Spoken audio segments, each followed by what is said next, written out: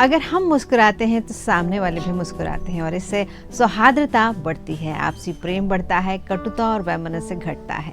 तो ध्यान दीजिए कि आप हर दिन कितनी बार मुस्कुराते हैं। अपनी लाइफ में अगर कुछ अच्छा करना चाहते हैं तो मुस्कुराइए। लाइफ में मुस्कुराहट से बहुत कुछ ऐड कर सकते हैं, तो मुस्कुराइए, आगे बढ़िए और हम भी आगे बढ़ते हैं और आपको बताते हैं आज का पंचांग, आज की तारे सितारे कहाँ हैं और क्या कहते हैं आपके लिए। आज दिन है सोमवार, 2 सितंबर 2024 की तारीख है और भाद्रपद मास के कृष्ण पक्ष की अमावस्या तिथि है, जो कि आज वृद्धि तिथि है।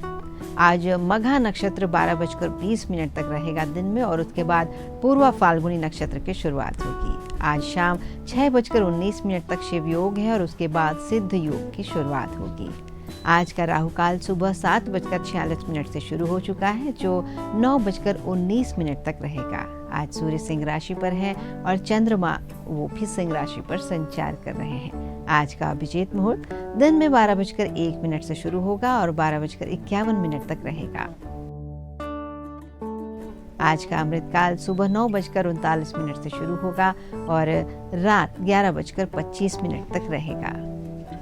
आज है सोमवती अमावस्या, जिसे कृष्ण ग्रहणी अमावस्या भी कहते हैं। सोमवार को पड़ने वाली अमावस्या को सोमवती अमावस्या कहा जाता है और ये साल में 2 या 3 बार पड़ती है। इस अमावस्या का खास महत्व होता है क्योंकि इस दिन चंद्रमा के दर्शन नहीं होते हैं। विवाहित स्त्रियां आज के दिन अपने पतियों की दीर्घायु और परिवार की खुशहाली की कामना से व्रत भी करती हैं और इस दिन अगर मौन व्रत रहा जाए तो सहस्त्र गोदान का फल मिलता है। शास्त्रों में से अश्वत्थ प्रदक्षिणा व्रत की संज्ञा भी दी गई है और अश्वत्थ यानी पीपल का वृक्ष। इस दिन विवाहित स्त्रियां पीपल के वृक्ष की दूध, जल, पुष्प, अक्षत, चंदन से पूजा करती हैं और वृक्ष के चारों ओर 108 बार धागा लपेटकर परिक्रमा करती हैं। कुछ अन्य परंपराओं में भंवरी देने का भी विधान है। धान, पान और खड़ी हल्दी को मिलाकर उससे विधि विधान से तुलसी के पौधे पर चढ़ाया जाता है और पवित्र नदियों में इस दिन स्नान का भी बहुत खास महत्व है। कहा जाता है कि महाभारत में भीष्म ने युधिष्ठिर को सोमवती अमावस्या का महत्व समझाते हुए बताया था कि इस दिन पवित्र नदियों में स्नान करने वाला मनुष्य समृद्ध, स्वस्थ और सभी सुखों से युक्त होता है। स्नान करने से पितरों की आत्मा को शांति मिलती है और अगर नदी में स्नान नहीं कर सके तो घर पर ही पवित्र नदियों के जल से स्नान जरूर करना चाहिए। अपने नहाने के पानी में इन नदियों के जल को डालकर स्नान करें।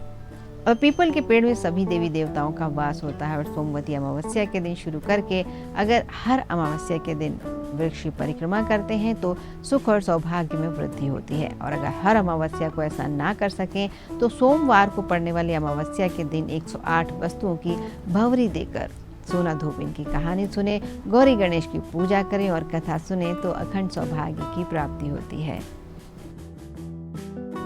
ये भी परंपरा है कि सोमवती अमावस्या के दिन धान, पान, हल्दी, सिंदूर और सुपारी की भंवरी दें और उसके बाद की सोमवती अमावस्या को अपने सामर्थ्य के हिसाब से फल, मिठाई, सुहाग की सामग्री, खाने की सामग्री, इन सब चीज़ों से परिक्रमा करें।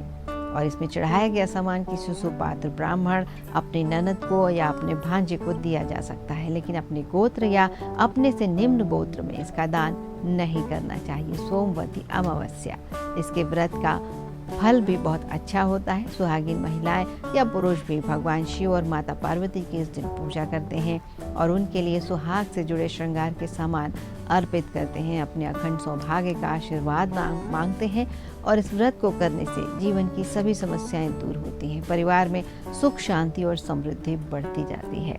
उस दिन पूजा पाठ पर इसलिए भी जोर देना चाहिए क्योंकि अंधेरे में नकारात्मक शक्तियां अधिक प्रबल होती हैं और इस तिथि पर जल में तिल मिलाकर पितरों के नाम से दक्षिण दिशा में तर्पण करना चाहिए।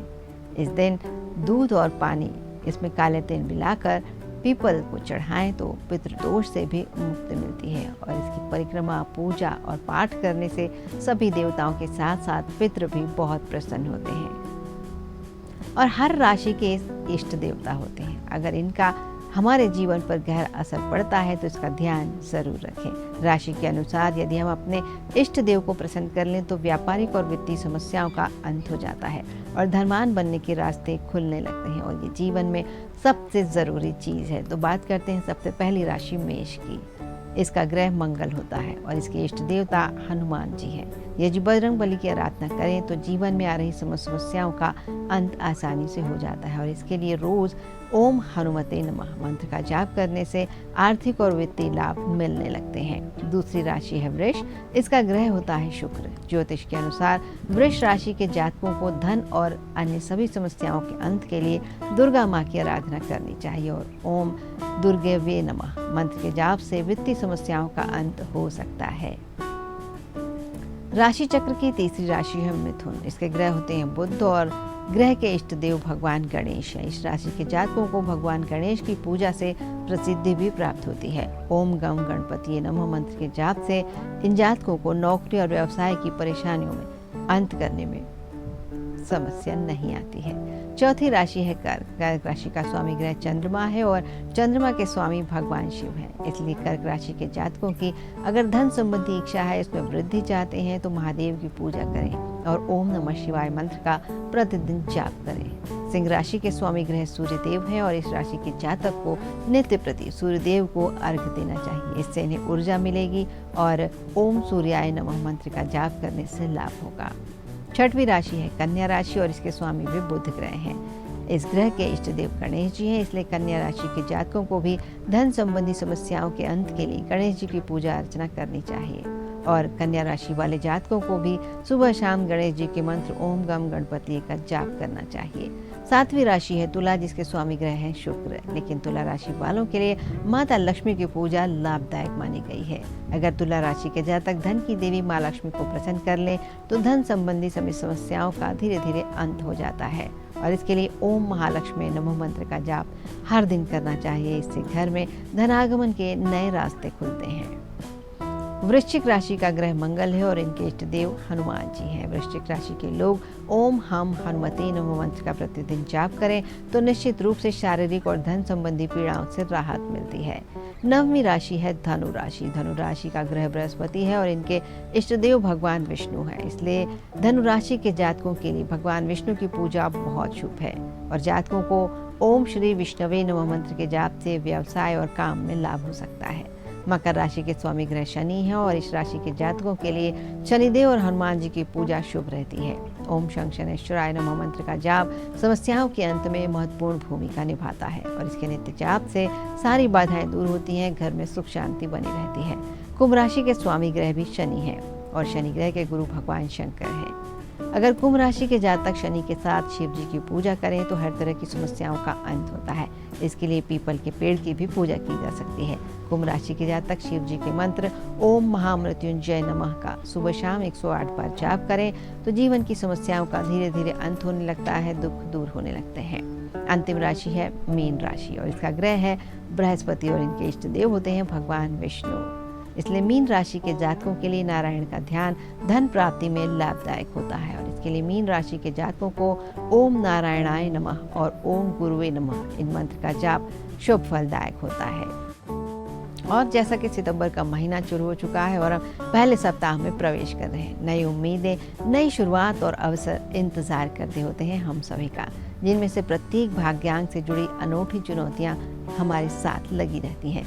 अपने सप्ताह को प्रभावी ढंग से योजना बनाने और व्यवस्थित करने के लिए 1 सितंबर से 8 सितंबर 2024 के सप्ताह के लिए अंक ज्योतिष की भविष्यवाणियां क्या कहती हैं, आइए अब आपको बताते हैं। सबसे पहला अंक आता है 1। इसका भाग्यशाली अंक है 19 और भाग्यशाली रंग है मूंगा और भाग्यशाली दिन है आपके लिए रविवार। ये सप्ताह रचनात्मकता, ऊर्जा और नए अवसरों की बाढ़ लेकर आया है आपके लिए। यह आपके रचनात्मक पक्ष को उभारने और अपने लक्ष्यों की ओर साहसिक कदम उठाने का एक शानदार समय है। नए प्रोजेक्ट और विचार अपनाएं जो आपको उत्साहित करें और नए उद्यम शुरू करने पर विचार कर सकते हैं। अपनी योजनाओं को जमीन पर बनाए रखने के लिए अपने उत्साह को व्यावहारिकता के साथ संतुलित करें और सही अवधि का पता लगाने, अपनी जिज्ञासाओं और अपनी क्षमताओं पर भरोसा जरूर रखें। दूसरा भाग्य अंक है 2 और जिसका इस सप्ताह के लिए भाग्यशाली अंक है 3। भाग्यशाली रंग है गुलाबी और भाग्यशाली दिन है गुरुवार। इस सप्ताह आप अपनी जानकारी को संसाधित करने की क्षमता में वृद्धि और निर्णायक कार्रवाई करने की प्रबल इच्छा अपने आप में देख सकते हैं। अपने लक्ष्यों को प्राप्त करने की इच्छा से प्रेरित होकर नए विचारों या परियोजनाओं की ओर आकर्षित हो सकते हैं और अब समय है कि अपने कामों को आत्मविश्वास और स्पष्टता के साथ संभालें। ऊर्जावान वातावरण का अपने लाभ के लिए उपयोग करें और अपने कामों के प्रभावों के प्रति सचेत रहें। आवेगपूर्ण व्यवहार से बचें और भावनाओं के प्रति जागरूकता के साथ अपने ध्यान को संतुलित करने का प्रयास करें। ऐसा करके आप इस गतिशील अवधि को प्रभावी ढंग से नेविगेट कर सकते हैं, अपनी गहरी अंतर्दृष्टि के साथ तालमेल बनाए रखते हुए अपनी गति का दोहन कर सकते हैं। अब भाग्यशाली अंक 3 के लोगों के लिए इस सप्ताह का भाग्यशाली अंक है 15। भाग्यशाली रंग है आइवरी और भाग्यशाली दिन है सोमवार यानी आज का दिन। और इस सप्ताह 3 अंक वाले अपने सभी कामों और निर्णयों में निष्पक्षता और जिम्मेदारी पर जरूर ध्यान दें। यह संघर्षों को हल करने, अपने रिश्तों परियोजनाओं में सामंजस्य स्थापित करने का एक बेहतर समय है। नैतिक व्यवहार पर जोर दें क्योंकि यह आपकी बातचीत के लिए महत्वपूर्ण होगा। ऐसी परिस्थितियों का सामना आप कर सकते हैं जिनमें आपके विकल्पों पर सावधानी पूर्वक विचार करने या किसी असंतुलन को दूर करने की जरूरत होती है। सही और निष्पक्ष होने की वकालत करने की अपनी क्षमता पर जरूर भरोसा करें और इस बात पर विचार करें कि आपके काम दूसरों को कैसे प्रभावित करते हैं और स्पष्टता और अखंडता के लिए प्रयास करें। न्याय के प्रति अपनी प्रतिबद्धता के साथ अपने लक्ष्यों को संरेखित करें और आप किसी भी चुनौती का प्रभावी ढंग से तभी सामना कर पाएंगे। भाग्यशाली अंक 4 की बात करते हैं। इसके लिए सप्ताह का शुभ अंक है 9, भाग्यशाली रत्न है पन्ना और भाग्यशाली दिन है शुक्रवार। आपके लिए ये सप्ताह व्यक्तिगत चिंतन और विकास के लिए महत्वपूर्ण है। ऐसी चुनौतियों का आपको सामना करना पड़ सकता है जो आपके व्यवहार को नियंत्रित करने या आपको पीछे ढकेलने वाले नेगेटिव पैटर्न की ओर आपकी प्रवृत्ति को प्रकट करती हैं। आपकी आज की ऊर्जा आपको इन मुद्दों का सामना करने, डर या तीव्र इच्छाओं से आगे बढ़ने के लिए प्रोत्साहित करती रहेगी। अपनी स्वतंत्रता और शक्ति को फिर से पाने के लिए इस समय का उपयोग करें। उन आदतों या स्थितियों का आकलन करें जो आपको सीमित कर रही हैं, बांध रही हैं और इनसे मुक्ति पाने का प्रयास करें। हालांकि ये प्रक्रिया आपके लिए कठिन हो सकती है, लेकिन आत्म सुधार और विकास के लिए मूल्यवान अवसर जरूर मिलेगा। खुद को मुक्त करने और अधिक संतुलित पूर्ण जीवन प्राप्त करने के लिए इस अवसर का उपयोग करें। अगला भाग्यशाली अंक है 5 और इसके लिए भाग्यशाली सप्ताह का अंक है 14। भाग्यशाली रंग है हरे रंग और भाग्यशाली दिन है मंगलवार। ये सप्ताह गहरी संतुष्टि और मजबूत बंधन लेकर आता है जो आपके रिश्तों, घरेलू जीवन और व्यक्तिगत विकास के लिए एक बेहतरीन समय है। प्रियजनों के साथ एकता और खुशी की भावना का अनुभव आप कर सकते हैं और इन संबंधों को पोषित करने और एक गर्मजोशी भरा सहायक माहौल बनाने पर ध्यान दें। यह अवधि आपके भावनात्मक कल्याण को बढ़ाने, स्थायी संतुष्टि को बनाए रखने के तरीकों का पता लगाने का भी बेहतर मौका देती है। इन पलों को संजोएं क्योंकि ये दीर्घकालिक खुशी और स्थिरता में भी योगदान देंगे।